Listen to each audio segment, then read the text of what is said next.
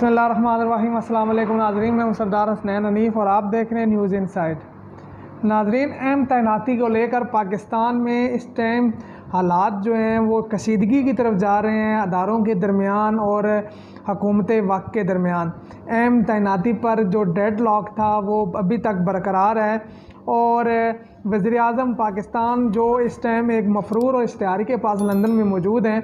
उन्होंने भी गुज़िस्ता रोज़ पाकिस्तान आने का जो प्रोग्राम है वो कैंसिल कर दिया है और बताया ये जाता है कि उनकी सेहत जो है वो ख़राब हो गई अचानक से, जिसकी वजह से उन्होंने पाकिस्तान के लिए सफ़र करने से जो है वो परहेज़ किया। नाज़रीन, याद रहे ये इम्पोर्टेड वज़ीर आज़म अक्सर ऐसी सूरत हाल में जो है वो बीमार हो जाते हैं जहां इनको ये महसूस हो रहा हो कि उनका जाना उनके लिए जो है वो ख़तरे से हाली नहीं है। तो लिहाजा एक बार फिर अचानक से उनकी तबीयत जो है वो नासाज हो गई और उन्होंने पाकिस्तान वापस आने का जो प्रोग्राम है वो मुलतवी कर दिया और अब इत्तलात के मुताबिक सोमवार वाले दिन शायद वो वहाँ से अपनी परवाज़ भरें पाकिस्तान के लिए। लेकिन इस टाइम ताकतवर हलकों और इम्पोर्टेड वज़ीर आज़म के दरमियान अहम तैनाती को लेकर कशीदगी में जो है वो बेहद इजाफ़ा हो चुका है और जो डेड लॉक था वो बरकरार है। नवाज़ शरीफ साहब अपनी साबका रवायात के मुताबिक हक धर्मी पर जो है वो बरकरार हैं और वो अपनी मर्ज़ी की जो है वो अहम तैनाती करना चाहते हैं। अपनी मर्ज़ी की जो है वो सीनियरिटी लिस्ट बनाकर उसमें से जो है वो एक तैनाती करना चाहते हैं, जबकि जो ताकतवर हल्के हैं वो जो मौजूदा सीनियरिटी लिस्ट है उसके हिसाब से जो है वो तैनाती चाहते हैं। तो लिहाजा देखते हैं आने वाले दिनों में इस कशीदगी के क्या नताइज निकलते हैं। लेकिन इस कशीदगी की वजह से जो हरारत है, इस कशीदगी की जो हरारत है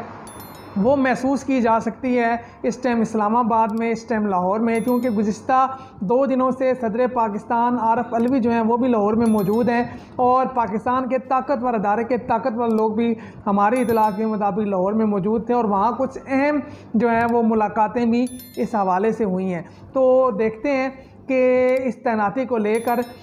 कब जो है वो एक बड़ा ब्रेक थ्रू होता है और कब जो है वो एक अनाउंसमेंट होती है। लेकिन इस तैनाती को लेकर हुकूमत और ताकतवर अदारों के दरमियान जो है वो एक खलीज पैदा हो चुकी है, दूरियां पैदा हो चुकी हैं और उसके जो असरात हैं वो आपको आइंदा चंद दिनों के अंदर जो है वो नज़र आना शुरू हो जाएंगे। और हाल ही इस तैनाती को लेकर नहीं बल्कि हमारी इतलात के मुताबिक निगरान वज़ीर आज़म के नाम पर भी जो है वो इख्तलाफात पाए जाते हैं, क्योंकि नवाज़ शरीफ साहब जो है वो किसी भी ऐसे पर्सनैलिटी के नाम पर जो है वो इत्तफाक नहीं कर सकते जो पाकिस्तान में साफ़ और शफाफ इलेक्शन कराने की अहलियत रखते हों। उसकी वजह यह है कि नवाज़ शरीफ का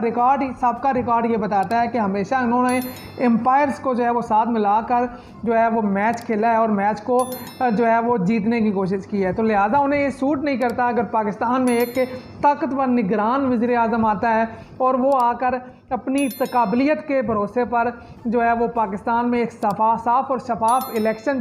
जिसकी ज़रूरत है अभी पाकिस्तान को, वो करवाने की कोशिश करता है। तो ये नवाज़ शरीफ और मुस्लिम लीग नून के हक़ में नहीं जाएगा। तो यही वजह है कि सऊदी अरब ने मुबैना तौर पर जो निगरान वज़ीर आज़म के लिए रहील शरीफ का नाम दिया था,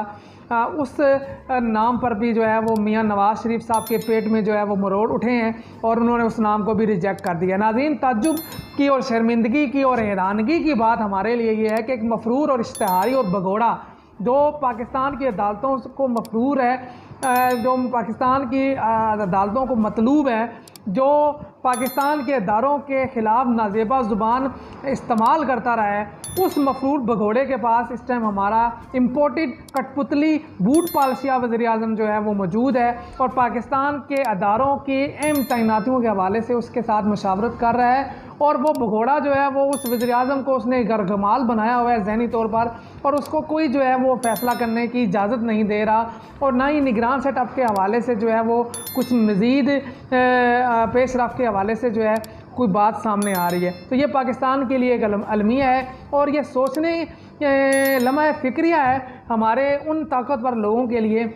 जिन्होंने ये तजुर्बा पाकिस्तान के साथ किया, जिन्होंने ये तोहफ़ा शहबाज शरीफ और मुस्लिम लीग नून की सूरत में इस कौम को दिया और जिसके नतायज आज उन अदारों के समेत पाकिस्तान के अवाम जो है वो भुगत रहे हैं। और अल्लाह माफ़ करे, पता नहीं और मज़ीद कितने दिन हमें जो है इसके नताइज भुगतने पड़ेंगे और ये पाकिस्तान को जो है वो किस किस्म के खुदा नहास्ता जो है वो हालात से गुजारेगा। नाज़रीन, आगे अगली खबर की तरफ चलते हैं कि हमारे पास इतलात के मुताबिक जो दूरियां पैदा हो गई थी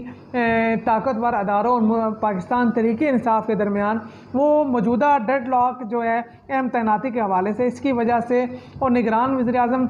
के हवाले से भी जो डेडलॉक पाया जाता है इम्पोर्टेड वज़ीर-ए-आज़म और अदारों के दरमियान, उसकी वजह से वो दूरियां अब कुछ कम हुई हैं जो पाकिस्तान तहरीक इंसाफ और ताकतवर अदारों के दरमियान थी। क्योंकि पाकिस्तान तहरीक इंसाफ और इमरान खान का जो है वो एक ही मौक़िफ़ है कि मुल्क में साफ़ और शफाफ इलेक्शन करवाए जाएँ, ताकि पाकिस्तान के अवाम जो है वो ये फ़ैसला कर सकें कि पाकिस्तान के अंदर हुक्मरानी का हक़ जो है वो किस सियासी जमात के पास है और किस सियासी लीडर के पास है। तो लिहाजा इस एक पॉइंट पर अभी जो है वो इस्टेब्लिशमेंट और पाकिस्तान तहरीक इंसाफ जो है वो जो है मौजूदा हालात में मुत्तफ़िक नज़र आते हैं। और हमारी इत्तलात के मुताबिक जो है वो हुकूमती अरकान, जिसमें हुकूमती मुस्लिम लीग नून के जो हैं वो सियासी रहनुमा भी शामिल हैं, जिसमें मुस्लिम लीग नून की हुकूमत के साथ जो दीगर इत्तेहादी जमातें हैं उनके कुछ अरकान को भी जो है वो ताकतवर अदारों ने जो है, ताकतवर लोगों ने जो है वो इशारा कर दिया है कि वो तैयार रहें, आइंदा चंद दिनों के अंदर ये मौजूदा इम्पोर्टेड हुकूमत और निज़ाम जो है वो घर जा रहा है। और हमें जो इतलात मिल रही हैं कि जब इमरान खान का लॉन्ग मार्च रावलपिंडी में पहुंचेगा और रावलपिंडी से जब इमरान खान साहब उसकी क़यादत करेंगे इस्लामाबाद की जानिब, तो बताया ये जा रहा है, इतलात ऐसी महसूस हो रही हैं और मौसूल हो रही हैं कि ये लॉन्ग मार्च इस्लामाबाद नहीं पहुंचेगा। ये लॉन्ग मार्च इस्लामाबाद पहुंचने से पहले ही ये इम्पोर्टेड और नालायक हुकूमत जो है वो घर रवाना हो जाएगी। और घर रवाना होने का भी हम आपको बताते चलें साफ अल्फाज में कि मुस्लिम लीग नून का ये जो है माजी रहा है कि कभी भी इन्होंने काबिल इज़्ज़त तरीके से जो है वो घर जाने पर जो है वो इन्होंने इत्तफाक नहीं किया। हमेशा इनको जो है वो लात मार कर, ठुड्डे मार कर ही जो है निकाला गया है। और इस बार भी नवाज़ शरीफ साहब अपनी साबिक़ा रवायात के मुताबिक उसी पर जो है वो कायम है। और हमारी इत्तलात के मुताबिक इनको जो है वो जब एतमाद का वोट लेने का कहा जाएगा, जब लॉन्ग मार्च रावलपिंडी पहुंचेगा, और उस एतमाद के वोट की सूरत में जो है ये हुकूमत एक बार फिर घर भिजवा दी जाएगी। क्योंकि इस मुस्लिम लीग नून के अपने चंद सियासी रहनुमा जो हैं वो इस एतमाद के वोट में हिस्सा नहीं लेंगे और कुछ सियासी इत्तेहादी जो हैं वो भी उसमें जो है वो अदम शिरकत करेंगे, जिसकी वजह से ये मौजूदा सेटअप जो है वो इख्तिराम पजीर होगा और पाकिस्तान जो है वो एक निगरान सेटअप की तरफ बढ़ेगा। और वो निगरान सेटअप जो है वो आइंदा इंशाल्लाह मार्च और अप्रैल में जो है मुल्क के अंदर आम इंतखाबात करवाएगा। लेकिन उससे पहले अहम तैनाती के हवाले से क्या जो है वो मज़ीद पेश रफ्त होती है, उसके हवाले से जैसे ही कुछ मज़ीद खबरें हमारे से मौसूल होती हैं तो मिलते हैं आपके साथ एक नए व्लॉग में। तब तक अपना ख्याल रखिएगा। अगर आपने हमारा चैनल सब्सक्राइब नहीं किया तो सब्सक्राइब कर लें, हमारे लिए दुआ कीजिएगा। अल्लाह हाफ़िज़।